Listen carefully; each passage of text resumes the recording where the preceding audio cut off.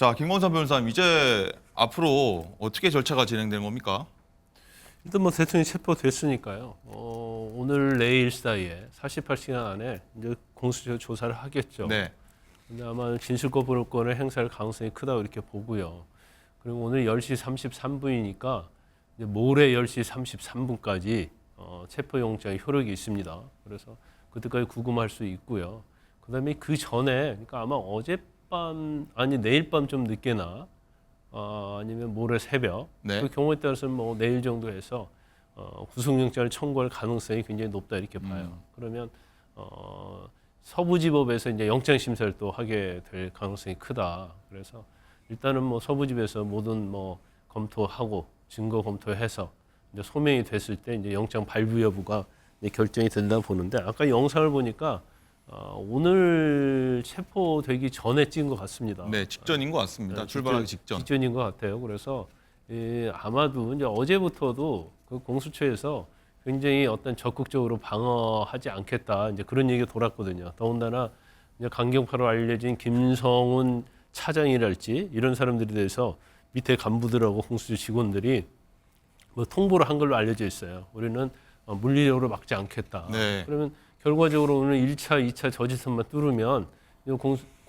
공수처에서 경찰과 같이 해서 체포 집행 가능성이 굉장히 높아졌다 이렇게 보고, 오늘도 뭐 제가 볼 때는 중과 부적이라고 생각할 거예요. 그러면 어차피 체포될 거기 때문에 일단은 뭐 자진 출석으로 한번 협상을 해보고, 이제 그게 안 되면 뭐 안 된다고 하면 공수처에서 경찰 인원을 다시 불러들일 거 아닙니까? 그러니까 이것은 불가항력지라고 생각했을 가능성이 크다. 그러면 이제 이후에 이제 제일 중요한 것은 이제 조사받을 때 대통령이 진술을 응하느냐, 응하지 않느냐 그 부분하고, 네. 또 영장을 공수처에서 청구했을 때 이제 법원에서 발부하느냐, 발부하지 않느냐 이렇게 될 건데, 아마 이제 우리가 예견을 해보면요, 만약 이제 대통령에 대해서 구속이 되든 불구속이 되든 이제 기소가 될 가능성이 크잖아요. 이 기소가 되면, 특히 이제 구속 상태에서 기소가 돼버리면 네. 저 체포영장이 합법적이냐 그렇지 않느냐를 아마 대통령이 제일 많이 다툴 겁니다. 그래서 저게 이제 합법적인 영장 집행으로 되면 뭐 그대로 가는 거고요. 만약에 저 체포영장 자체가 이제 불법이라고 절차에서 문제가 있다고 하면, 그러면 대통령은 바로 또 석방이 될 가능성이 커요. 이제 그래서 지금 체포로 한 말미암아서 어떤 내란죄 수사가 이제는 뭐 끝을 보고 있다 그게 아니고 새로운 시작이다 이렇게 봅니다. 그렇군요. 자, 김상일 대변인, 네. 일단은 윤 대통령이 뭐 48시간 내에 이제 구속 여부도 결정이 날 가능성이 높다라고 말씀하셨는데, 자, 그렇게 되면 현직 대통령이 구속되는 초유의 상황을 맞을 수도 있습니다. 어떻게 정제될 거라 보십니까? 그러니까 그런 모습을 국제사회에 보이는 것을 스스로 좀 막으셨어야죠. 처음부터 대통령이라는 무게, 그것을 좀 생각하시면서 수사에 그 조율을 하면서 최대한 협조하는 모습, 그리고 협조하는 속에서의 어떤 자기의 주장과 요구를 했다면 공수처도 굉장히 그게 부담스럽고 일방적으로 무시만을 하기는 어려웠을 겁니다. 근데 본인의 주장을 하시면서, 오늘도 마찬가지예요. 뭐 자기 주장할 권리는 있죠. 그렇지만 그런 주장을 그 인정받는 통로는 계속해서 말씀드리지만 법원의 절차에 의해서 인정을 받으셔야 되는 거예요. 자신의 어떤 사적인 어떤 권한이나 권력, 내지는 뭐 본인이 지금 행사하고 있는 공적 권한이나 권력을 가지고 그 사법 절차를 무시해서 인정을 받거나 주장하겠다, 이런 거는 되지 않습니다. 그럼 국제사회가 우리나라를 법치국가로 보지를 않는 거예요.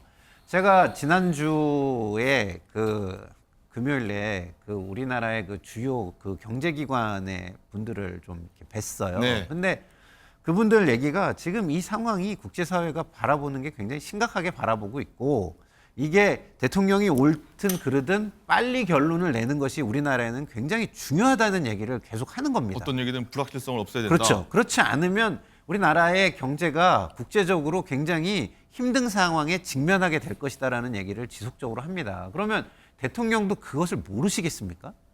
당연히 알 텐데, 그러면은 본인이 절차에 따라서 모든 것을 해결하려는 모습, 조금 억울할 수도 있겠죠. 본인 생각에는.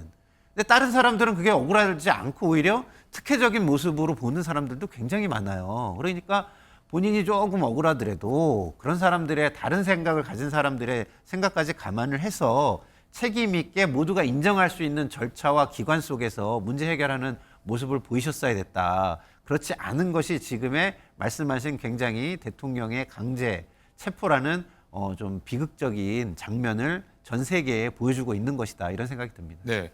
자, 김광사 변호사님께 하나만 더 여쭤봐야 될 것 같은데 이제 조사가 어떻게 이루어지는지 많은 분들이 아마 궁금해하실 수 있을 것 같은데 지금 계속 얘기했습니다만 질문지가 1차 체포영장 집행 때보다도 좀 분량이 늘어서 200쪽 분량, 200페이지가 넘는다 이런 얘기 나오고 있는데 일단은 윤 대통령이 뭐 진술 거부할 거 가능성이 높다라고 말씀하셨습니다만 그러면 200페이지에 달하는 질문을 그래도 공수처 수사관들이 아니면 혹은 검사들이 질문을 다 하게 됩니까? 그렇죠. 계속 뭐 모든 질문 다 합니까? 그렇죠. 진술에 대답하지 않는다 하더라도 네. 이 질문 사항을 가지고 계속 얘기하면 대답하지 않겠다. 이제 그렇게 갈 가능성이 크죠. 그다음에 이제 200쪽이라고 하는데 이전에 이제 체포영장 1차 때 발부받았을 때에 비해서 그 뒤로 이제 새로 나온 사실이 굉장히 많이 있거든요. 그리고 아마 검찰이나 경찰에서 또 새로운 이첩된 것 중에서 또 대통령과 관련된 여러 가지 또 있을 수 있어요. 그러다 보니까 좀 더 다듬다 보니까 한 200쪽 됐을 거라고 보는데 아마 이제 공수처도 뭐 조사를 해서 대통령을 직접 조사하고 신문에서 뭔가 유의미하게 입증할 만한 그런 것이 나온다고 생각하지는 않을 거예요. 모르겠어요. 이제 뭐 전문성이 있어서 좀 뭐 다른 생각을 갖고 있을 수도 있겠죠. 그러면 대통령의 어떤 신문하고 이제 피의자 신문조사라고 하는데 이 피의자 신문조사가 대통령을 구속하고 기소하는 데 있어서 그렇게 뭐 크게 증거로서는 쓰이지 않을 거예요. 그러면 네. 진술을 거부할 걸 전제로 해서 아마 조사를 할 거고 그러면 대통령이 진술을 거부했을 때 대통령의 어떤 내란죄 직권남용과 관련된 증거가 얼마나 많이 가지고 있느냐 이제 그걸 봐야겠죠. 그래서 이제 그런 것을 취합해서 아마 영장을 청구할 가능성이 크다 이렇게 봅니다. 네, 영장 청구하게 되면 일단 저희가 말씀드렸습니다만 뭐 서울구치소에서 대기할 수도 있고 혹은 이제 박근혜 전 대통령 사례를 보면은 경호 문제 때문에 서울중앙지검 청사 내에 대기한 바도 있어서 공수처 대기실에서 머물 수도 있다 이렇게 보십니까 어떠십니까? 아니 근데 공수처 대기실이 그렇게 네. 안전상 그렇게 안전한 곳이 아닐 거예요. 오. 그리고 서울중앙지검 같은 경우에는 사실은 뭐 출정을 기다리는 거기가 구금 시설이 굉장히 잘 돼 있죠. 그런데 공수처는 그렇지 않고 또 공수처 인력 중에서도 구금했다가 그걸 뭐 경비를 한달치 경계할 수 있는 인력도 거의 없을 거예요. 그래서 일단 이제 다른 곳에 인치 장소를 빌려 쓰는 형식이 될 거고 그건 뭐 일반적으로 다 마찬가지죠. 혹은 뭐 관저로 기가해서 왔다 갔다 조사하는 아니요, 그럴 수는 없죠. 그럴 수 없습니까? 체포영장이 이미 네. 집행이 됐기 때문에 그러면 의왕구치소에서 거기에 구금을 할 거예요. 그래서 구속영장 청구해서 심사할 때까지 이제 의왕구치소에서 있을 가능성이 크다 이렇게 봅니다. 네.